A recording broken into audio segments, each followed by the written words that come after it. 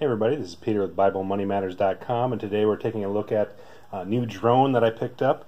It's the Force1 Blue Heron Wi-Fi first-person view drone with HD camera on the bottom. Very cool little drone, and today we're going to unbox it and take a look, so stay tuned.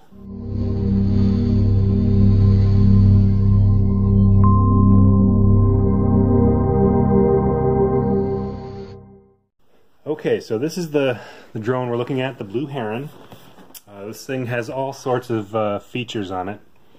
Going to be kind of hard to see here, but it has a custom route mode, altitude hold, real-time first-person view, heading hold, 15 minutes of flight time with each battery, so 30 minutes total because there's 2 batteries in here. We have Wi-Fi control, out-of-range alarm, low battery alarm, and 1-button takeoff and landing. So let's open this bad boy up and see what we've got in here. Okay, so what we've got there is the drone. It's already all put together, it looks like.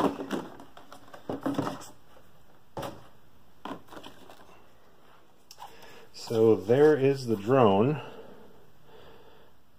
Has the nice blue color on top there, it has the blue propellers, and it's got the built-in propeller guards here. Extremely light drone here. You have the bay for the battery there, and I believe that's probably where you plug in your HD cam. Kind of hard to see there. So there it is. Let's put that over there out of the way, and we'll take a look at what else is in the package here. Alright, so you have the 2 landing gear here. Those are going to go on the bottom of the drone. We've got a remote control, and as you can see, the remote control has some instructions here that will tell you a little bit more about what you can do. Here is your controls, your power switch, heading hold button, your takeoff and landing button, and also emergency stop button. And you have your, that's what it looks like right there. On the back you have your speed button, high and low, and a trim button right there. So that is the controller. Looks pretty nice. Let's see what else we've got here. And we've got the 2 batteries. Those slide right into the drone, click right in. And we've got some miscellaneous parts here. We've got a screwdriver, a USB cord, and a couple other things there. Alright, let's take this out. That looks like our camera. So right there is our camera. Let's see if we can get a closer up look at that. So that's going to mount on the bottom side of your drone there.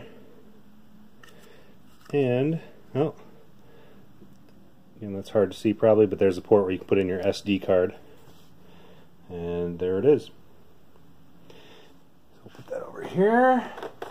And then, of course, you've got some extra propellers.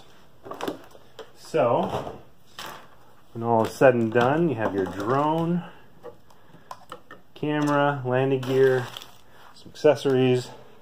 That's pretty much it. Let's come back in a moment. I'll put it all together and you can see how it looks once it's done.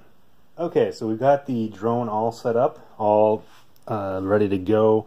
We've installed the landing gear. We installed the camera on there. You can see that. Also installed the USB cord from the drone to the camera to supply power and everything else.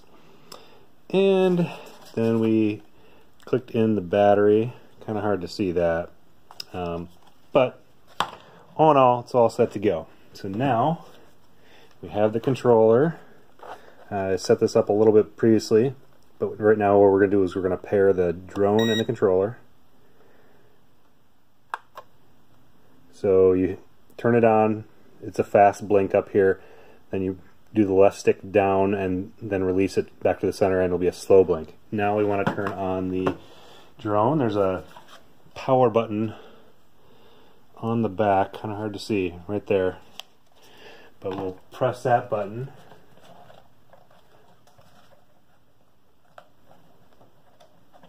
Oops. A hard time pressing it here. Alright, so the drone's gonna flash.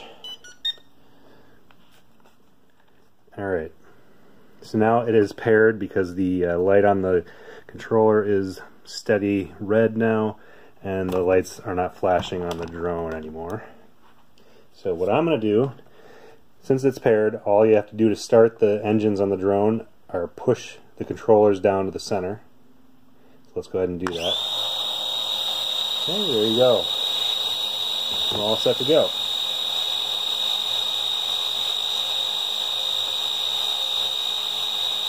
I'm not going to take it off in the house right now, but as you can see, pretty powerful, sounds great, we're all set to go. Okay, so we're going to do one quick little test flight here. As you can see on here, I have the first person view set up on the drone, so we can use that. But right now, let's start the engines.